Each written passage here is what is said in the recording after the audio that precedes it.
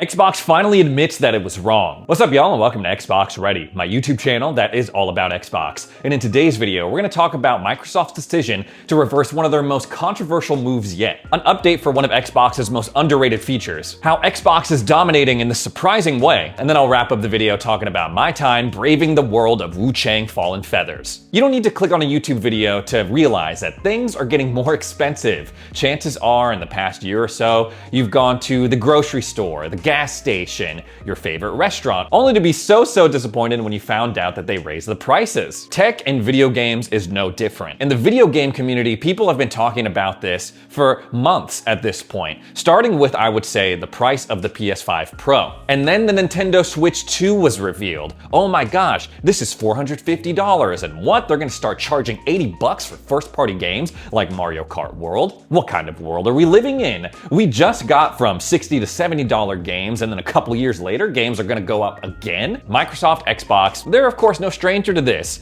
Hiking the price of Game Pass, they raised the price of their consoles, the first time a company has ever done that at this point in a console's life cycle. And they were like, oh yeah, our games are gonna be $80 too, just like Nintendo, starting with the release of The Outer Worlds 2. There was of course backlash from fans and industry folks alike. It appeared to cause a little bit of tension internally, because suddenly people were like, Obsidian, what's the deal? I don't want to spend $80 on The Outer Worlds 2, that's crazy. And then Obsidian was like, don't look at us, man, don't look at us. Talk to Microsoft if you have a problem. But in a stunning reversal, Xbox has just about did a 180 on this and reversed their decision, bringing the price down from $79.99 to $69.99. They made the announcement across Microsoft and Obsidian social accounts, and a spokesperson talked to Windows Central and said, we're focused on bringing players incredible worlds to explore, and we'll keep our full-priced holiday releases, including The Outer Worlds 2, at $69.99, in line with current market conditions. And not just that, if you've already pre-ordered the game at the original price point of $80,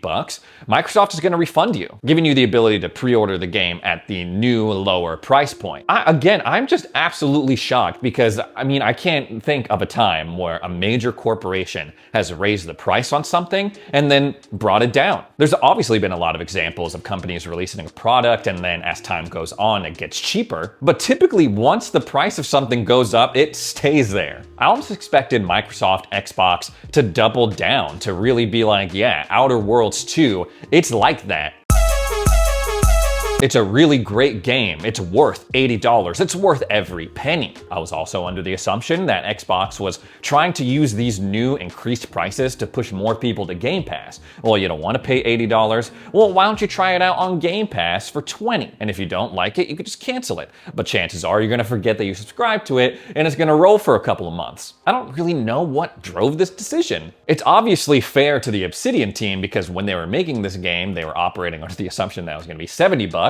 I don't know if they have access to some sort of analytics or poll or whatever that tells them, yeah, at $80, Outer Worlds 2 is not going to sell as much versus if we were to sell it at $70. It's actually kind of interesting because I had a conversation with my buddy Josh about a previous Obsidian title, Avowed, where he was like, yeah, it's an okay game, I just don't believe that it's worth $70, so I got a refund and I'll plan to buy it later when it's at a cheaper price. Were there enough Joshes out there giving Microsoft that feedback, saying, yeah, Outer Worlds looks cool, but I wouldn't pay $80 for it? I would wait until it's on sale, but if you're Microsoft, a lot is riding on the release of The Outer Worlds 2. It took up the whole direct slot after the showcase this June. So if The Outer Worlds 2 drops and it doesn't sell very well and the $80 price tag is a contributing factor to that, that's not a great look. They need this to sell copies on PlayStation, on Steam, and I'm sure they're also expecting a little bit of a bump in Game Pass subscriptions when it drops day one. This is way more of a stretch, but I also think games like Expedition 33 have really shown a spotlight on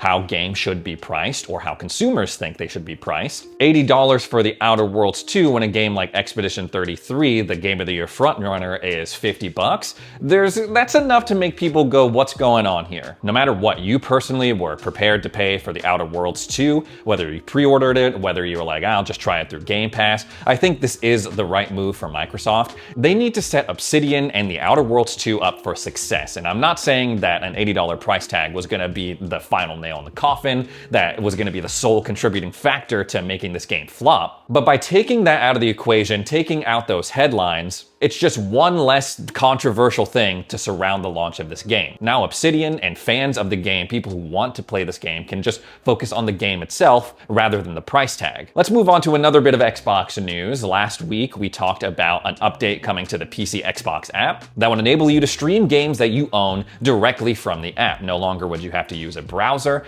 and also you can stream the console versions of those games to PC. And it looks like they're doubling down on that because they're adding a new section that is basically recently played titles, but for your cloud gaming library, whether it's PC, console, or handhelds. This includes all cloud playable titles, even console exclusives spanning the original Xbox to Xbox Series X and S, whether you own the title or access it through Game Pass. Like we talked about in my previous video about this, the big draw of this seems to be having console exclusive games playable on PC. For example, Gears 2, 3, and Judgment not available on PC. But with the language of this, I'm going to have to assume that if you're playing those games on your console and you go on over to your PC Xbox app, it'll be available to play with all of your saved data from your console experience. This kind of feels like a feature that Xbox should have had a long time ago. For a long time, they've been beating this drum of, oh yeah, you can play games wherever and however you want, except some games are only available on console, even though we're shifting our focus to PC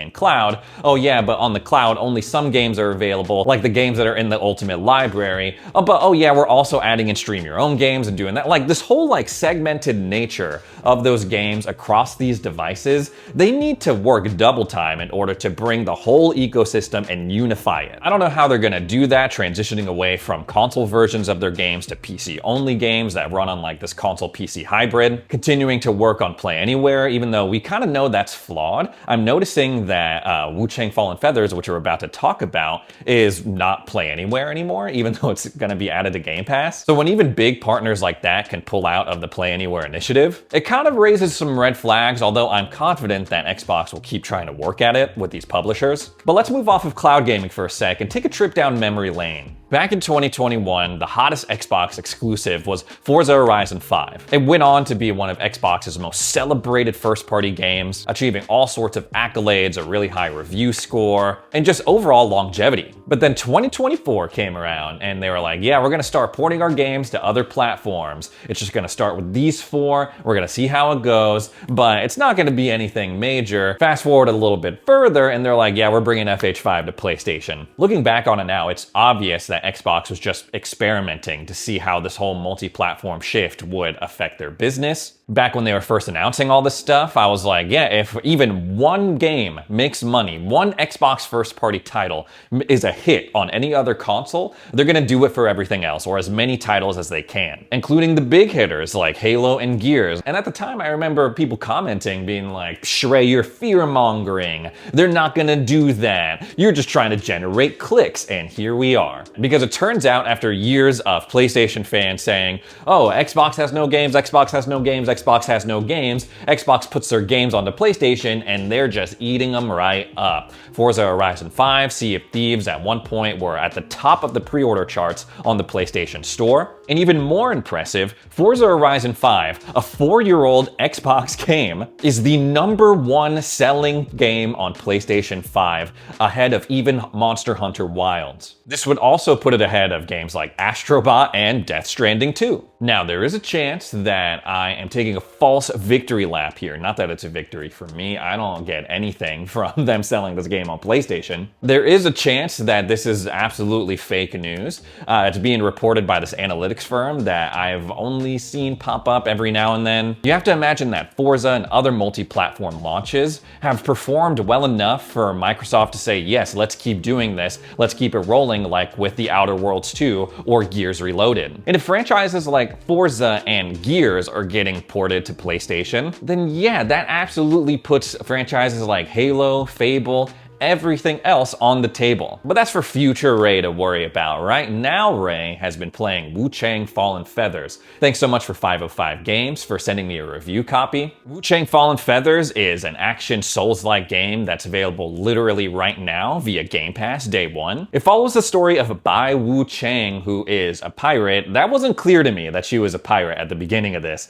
but she finds herself in this strange land, not knowing what happened beforehand because she had has amnesia, but she's affected with some sort of curse known only as the feathering, which robs you of your memories and slowly turns you into like a bird demon person. And you find yourself journeying through the lands of Shu during the late Ming Dynasty to find out what just is going on. And also, oh yeah, you're looking for your sister. Honestly, the story of this is like a lot of Souls games. You gotta really pay attention, and you gotta read the item descriptions. This game is not gonna spoon feed you the story, and I really wish they had some sort of journal mechanic, because there's a lot of characters asking for a lot of favors, and I'm just kind of wandering around, fighting things, and by the time I get back to these NPCs, I'm like, wait, who are you again, and what exactly were you asking me to do? Nevertheless, the story is obviously just a vehicle to showcase these really dramatic landscapes, these crazy enemies,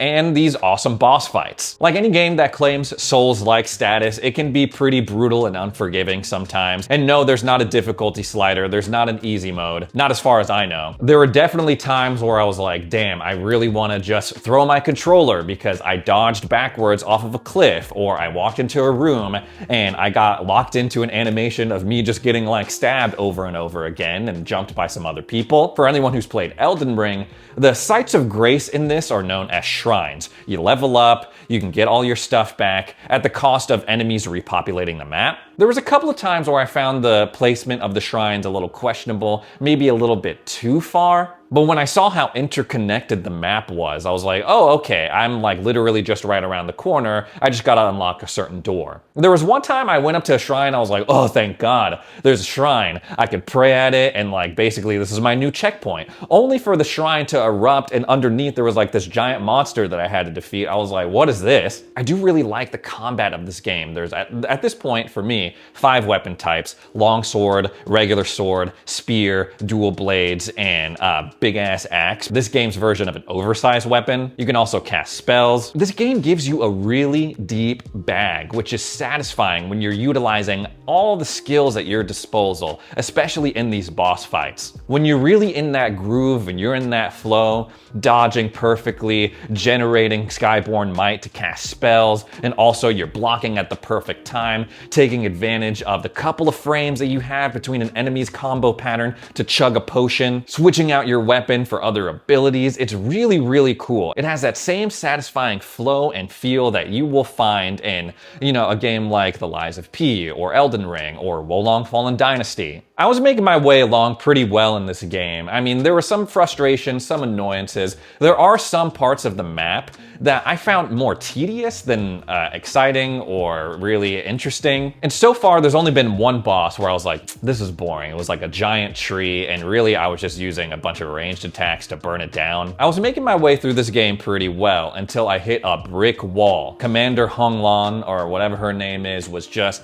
absolutely kicking my ass. This was probably a boss that I was not meant to face at my current level, but I was determined. I kept throwing myself at her, and eventually I beat her. I was really getting worn down. I fought her once, I was like kicking her ass, dodging every single one of her attacks, and then I got to her second phase, she had like this much health left. I got too greedy. I ran out of stamina, I couldn't fight or swing my weapon anymore, and she just, a couple moves, bam, bam, bam, I'm dead. I got sloppy after that, overconfident, and then this is when I actually beat her. I was not playing well. I was tired, I was delirious, but I was determined, able to bring her down, but there were so many cool things about this fight. And a lot of these games, I like the fights that you have with other humanoid enemies versus the fights that you have against like giant monsters and things like that. They feel a lot more tense, a lot more calculated and exciting. These back and forth exchanges of where I'm blocking, I'm dodging, and I'm using my openings to just steal a couple of hits before I gotta dodge again. I really enjoy that back and forth. And I wish I got it on video, but the hitboxes on this I think are extremely fair, as well as like the dodge and parry windows. This little horizontal whoosh attack that she does, you can dodge through it, but I also discovered that, well, I have the spell that launches me in the air, and I throw like a lance of feathering magic is what it's called, which I'm able to use to jump over this whoosh attack and throw my spell. And I've ran into another wall, which I'm probably gonna have to adjust my build for, which I'm still kind of 50-50 on whether or not I'm down for that. I like specializing in weapons. When I first started this game, I was course, spear only. I love, in terms of martial weapons, when I can use a polearm, I use that. And then when I got to Commander Hung Long, it was very clear that the game wanted to use this boss in order to teach me blocking and deflection mechanics. So okay, I have to change my build, take all the points out of spear, and then I put him in longsword, which has a deflect ability, a parry ability. I guess I could have like split the points up into different weapons, but when I do that, it feels like I'm too weak to make my way through the in-between stuff. So anyway, I do that, I beat this boss with the longsword, I'm a master at blocking now.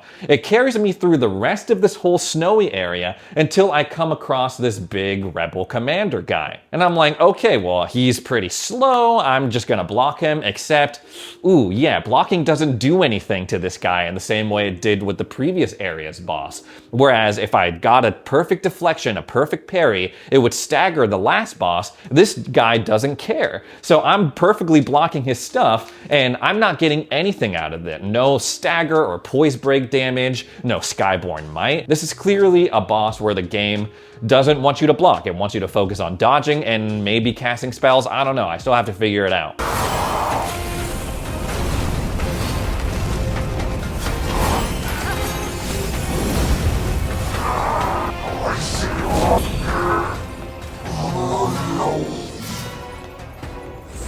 Let's go on over to the not so fun stuff. I played on my Xbox Series X, as you can see right behind me, and I encountered some stuttering, some performance issues, not nearly to the degree of my boys on Steam playing on PC, and nothing that was so crazy that it would make the game unplayable. For me, I noticed it the most when I was hauling ass back to a boss that just kicked my ass. I was resurrected at a shrine. And as I was sprinting through the world, yeah, there was a lot of noticeable stutter and lag. And then it would even out once I got to the boss arena. Overall, I think this is a really solid game. And yes, while it has frustrated me sometimes, like a lot of Souls-like games tend to do, I really want to see it through. I get an immense amount of satisfaction by beating these bosses, clearing these areas, and I think for $50 and also day one on Game Pass, it's a really awesome deal. Anyways, guys, that's all the Xbox stuff I have to talk about today. Thanks so much for joining me for another edition of Xbox Ready. If you made it this far into the video, consider subscribing. Thanks again for watching, and we'll see you in the next video.